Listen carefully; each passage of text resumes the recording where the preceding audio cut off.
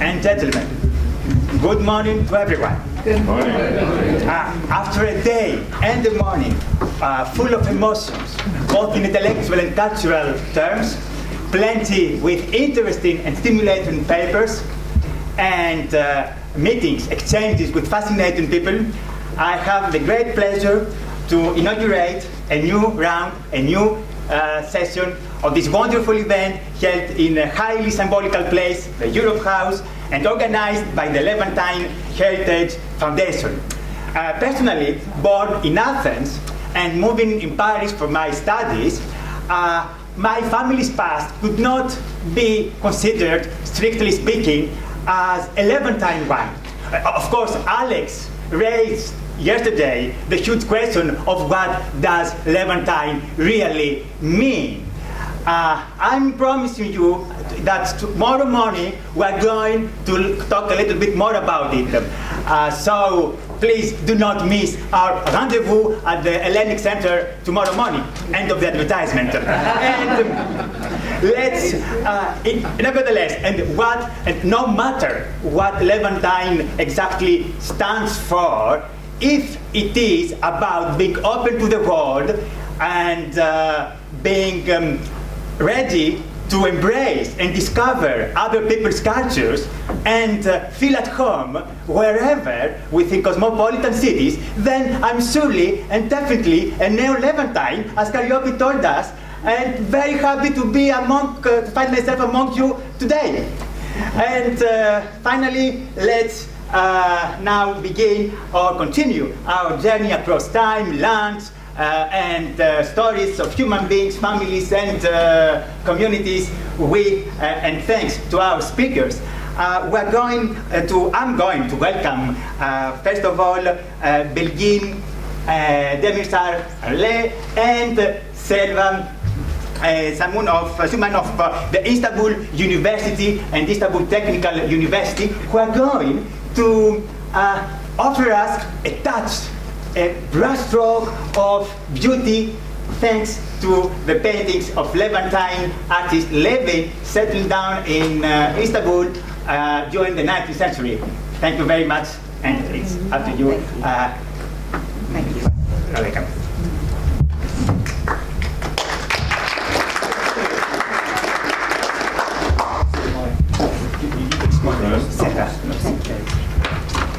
Good morning, dear President, LHF trustees. Can you hear me? Yes. LHF trustees, members, professors, and colleagues, and thank you for coming.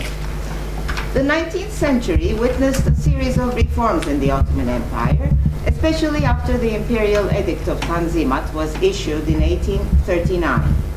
Diverse ethnic groups were granted equality, security, and economic rights, regardless of their religion. It is through these reforms and privileges that Latins started migrating in masses, and the Levantine community in Istanbul reached its apogee around the 1850s. These people, mostly Italian and French, were populated around Pera and Galata, making this area the most European district of the city. These groups of Western origin were socially, culturally, and physically quite different from the Ottomans. Most of the Levantines came from the West to make a living and raise their families in Istanbul, and they were predominantly involved in business and trade. Besides merchants and industrialists, there were also architects, artists, and photographers who came to Istanbul and captured the beauties of the city. On the other hand, the artistic climate in the city was also changing and paved the way for this influx. Sanayi Nefise, modeled after the Parisian École des Beaux-Arts, opened in 1883 and was followed by Musée Humayun only 10 years later. It was this familiar, welcoming atmosphere that foreign artists encountered upon their arrival in Istanbul. This climate also inspired a totally new, growing interest in the Ottoman court towards Western-style painting. The sultans and pashas started to have their portraits painted to hang them on the walls of their palaces. In our presentation, we're going to talk about some of these artists, mostly focusing on their works, their identity, and their patterns of living. We will be discussing how and why they came to Istanbul and how they lived there. We're going to present a number of visuals from their selected works. Some of them died there and were buried in various Catholic cemeteries of the city. We shall also be visiting their tombs. Born in Genoa, Italy, at the turn of the 19th century, Luigi Acquarone was trained in Florence. He worked in oils and watercolors, but was particularly successful in the latter medium. He arrived in Istanbul in 1841 and was appointed as court painter to Abdülhamid II 40 years later. He had his 3 studios around Pera. In 1889, he was appointed art instructor at the Sanayi Nefise.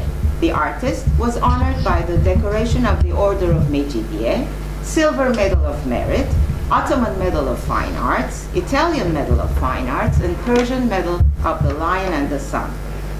Acquarone died due to an illness, and the palace allocated a salary of 250 kurush after his death to secure a source of income for his family.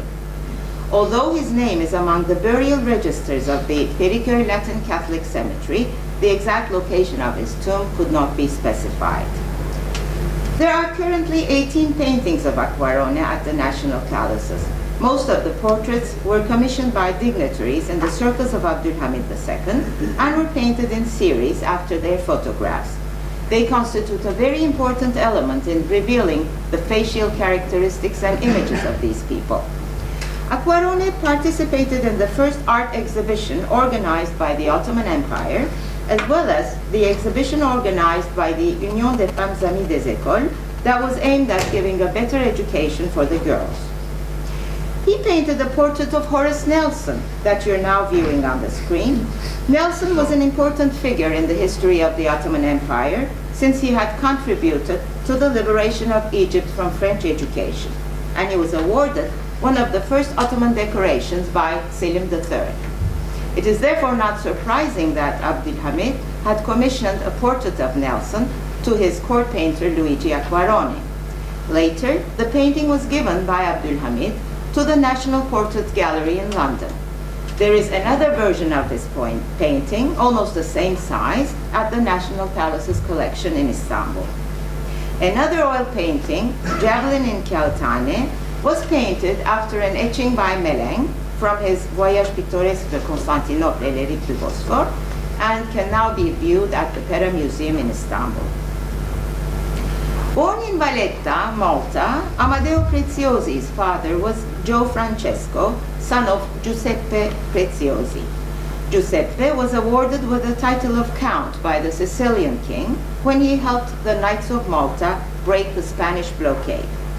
His father wanted Amadeo to take part in the island's political scene since he was the 5th count in the family, but he was more interested in arts, and he went to Paris, continued his studies at the École des Beaux-Arts. At a time when Romanticism and its offshoot Orientalism had reached their zenith in Paris, Amadeo found himself under the influence of this new trend, and in 1842 he sailed off to Istanbul, writing in his journal on the voyage, "The Orient will be a rebirth for me, and I believe I will be happy there." Finally, when he arrived in Istanbul, he wrote, "Here are my paintings, my landscape, all now before me." Preziosi started painting as soon as he arrived in Istanbul, and also worked as an interpreter since he was fluent in several languages. He was an ardent collector of embroidered rugs, mother-of-pearl inlaid furniture, illuminated Korans, Janissary weapons, and he was fascinated by the daily life in Istanbul.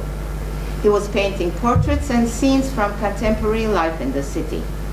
His watercolors, depicting Istanbulite characters, were quite naturalistic in style. He usually worked with watercolor and pencil, sometimes highlighting with white ink to give a sense of volume. These paintings were popular souvenirs, especially for foreign visitors. The Prince of Wales and the Empress Eugenie purchased paintings from Preziosi during their visits to Istanbul. His paintings were exhibited at the Royal Academy in London and in the Ottoman Pavilion in Paris Expo Internationale in 1867. Preziosi was a prolific artist, and there was such a high demand for his paintings that he had to make copies of them. Later, he even made lithographic reproductions. He painted few pictures representing particular events. One of these is a watercolor depicting Abdülmecit's arrival at the Beylerbeyi Mosque. L'Indicateur Ottoman states that his studio was in Pera, on the same street with Jean Brindisi. Later in his life, he moved to Yeşilköy, but continued to use his studio in Pera. On 27 September 1882, Amadeo Preziosi was wounded when his gun accidentally went off while hunting, and he died the following day. He is buried in the San Stefan Catholic Cemetery in Yeşilköy. His son, Roberto Preziosi, who was also an artist, is inhumed in Yeşilköy with his father. Amadeo's wife, Ifigenia, on the other hand, is buried in Feriköy. Jean Brindisi was born in Istanbul and worked primarily as a watercolor artist. During the Abdülmecit period, he worked on scenes involving daily lives and contemporary Ottomans in Istanbul, and his workshop was in Pera. 2 albums of lithographs after his drawings were produced by Le Mercier in Paris, Elbise-i Atika, Musée des Anciens Costumes Turcs de Constantinople, and Souvenirs de Constantinople.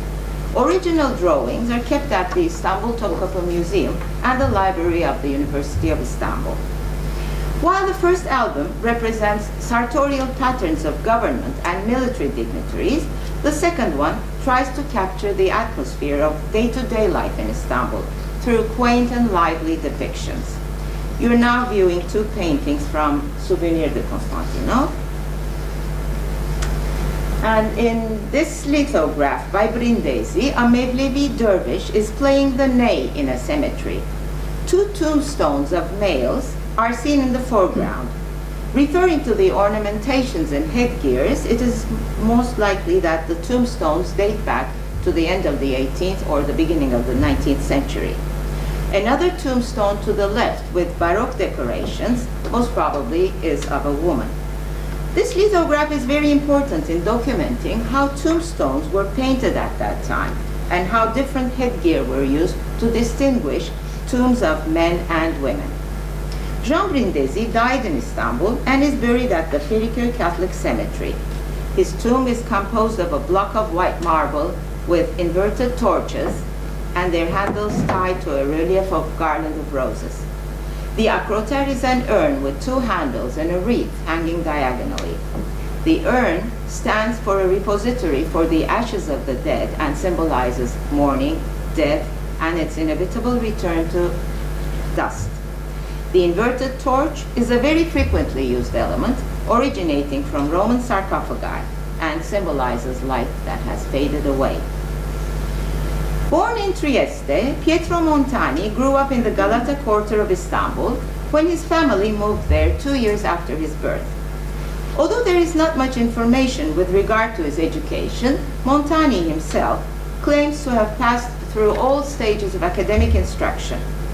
In different Ottoman sources, he is identified as an architect, a painter, a decorator of imperial kiosks, yet the registration documents of l'Union d'Orient note his profession as painter. Between 1868 and 1883, Montani was the decorator of the Società Operaia di Mutuo Soccorso in Constantinople.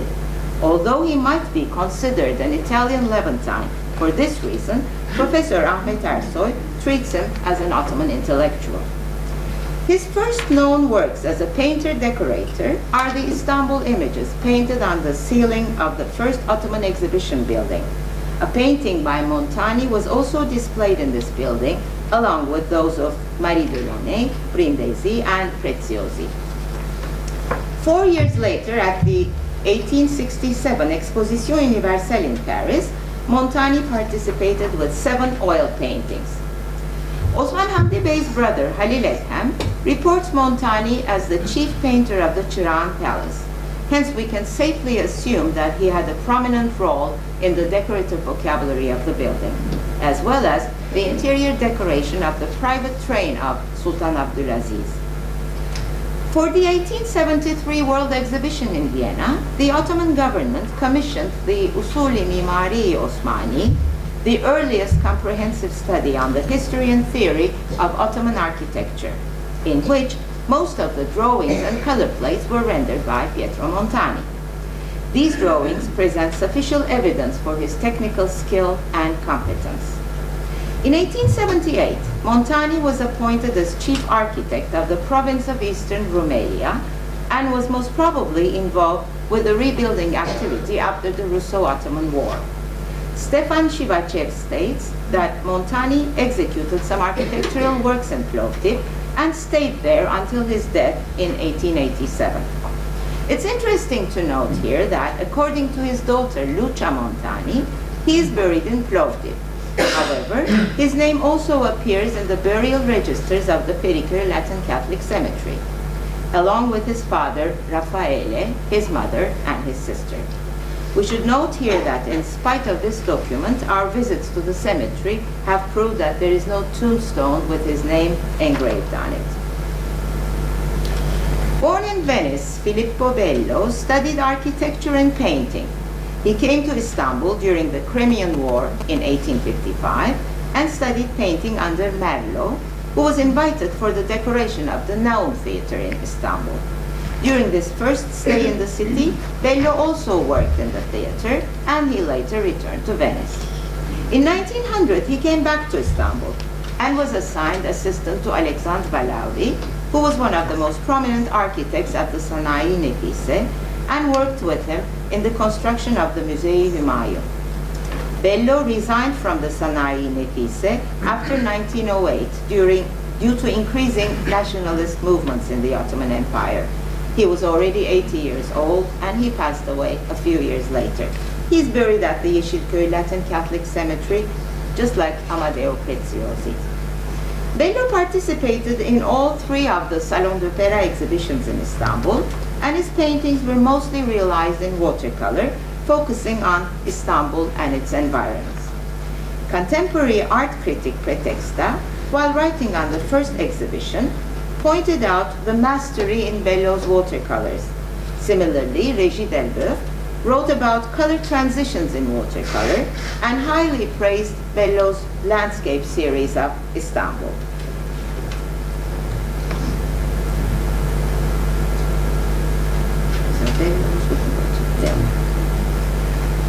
Leonardo de Mango was born in the Italian town of Bisceglie, near Bari. He attended the Academy of Fine Arts in Naples, and he learned techniques of how to reflect light and nature realistically onto his canvases. He came to Istanbul in 1883, most probably inspired by the recently published book Costantinopoli by Edmondo de Amicis, and he decided to settle there. He was one of the Orientalist painters who spent the longest time in the city, almost half a century, 47 years, until his death in 1930. He was an instructor in the oil painting department of the Sanayi Nefise with Salvatore Valeri and Filippo Bello. Besides the School of Fine Arts, he also gave art lessons to the children of Levantine families of Istanbul. De Mango produced a number of works depicting picturesque views of Istanbul. However, he was more of a master of design. Although he was quite skilled in oils, particularly with the use of color, he occasionally encountered problems with proportions. He participated in all three Salon d'Opéra exhibitions with the highest number of paintings than the other artists. He was quite a prolific artist, using various techniques such as oils, watercolor, charcoal, ink, and he sold most of his works to Levantine customers. He also had close relations with the Italian churches of Istanbul, making custom-order paintings of saints for them. He lived and worked in Pera and had become a member of the Società Operaia and was awarded the Certificate of Merit for his activities in the Società and the Dante Alighieri Society. As he approached the end of his life, he continued to give private lessons and organized exhibitions. After his close friend Rosario Nava left Istanbul in the 1920s, he became rather depressed and could no longer produce as before. He spent his final years in poverty, and when he died, he was buried in the Pericur Catholic Cemetery. His bones were removed and placed in the ossuary 7 years later, in 1937. Although there is a gravesite bearing his name, it is far from being a tomb worthy for such a great artist and admirer of Istanbul. Salvatore Valeri was born in the small Italian town of Nettuno in the south of Rome, and he studied painting at the Academy of San Luca and worked under Orientalist artists. In the beginning of 1880s, he came to Istanbul with the recommendation of the British ambassador, and he settled there. He was appointed director to the painting department of the Imperial School of Fine Arts. Valeri served there as an instructor until 1915 and received a decoration at the Munich Fair.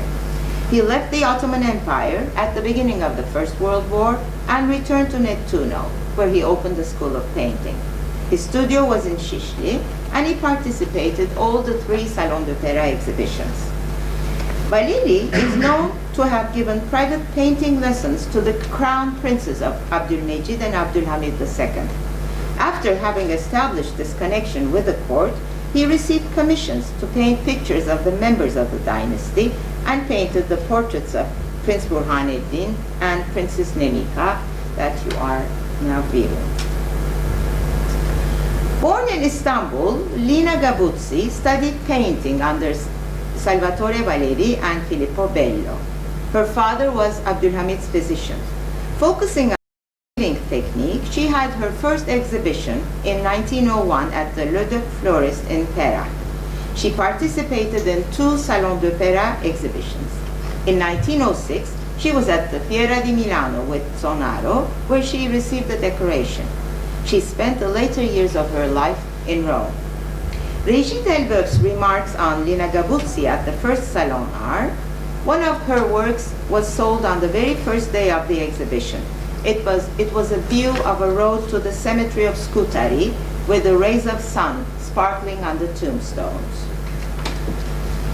We have tried to talk about several Levantine artists who lived in Istanbul and depicted the beauties of the city through their brushstrokes, while Western Orientalists depicted mostly imaginary scenes full of strong desires, erotic, sadistic, or both, focusing on poverty and wretchedness with documentary realism.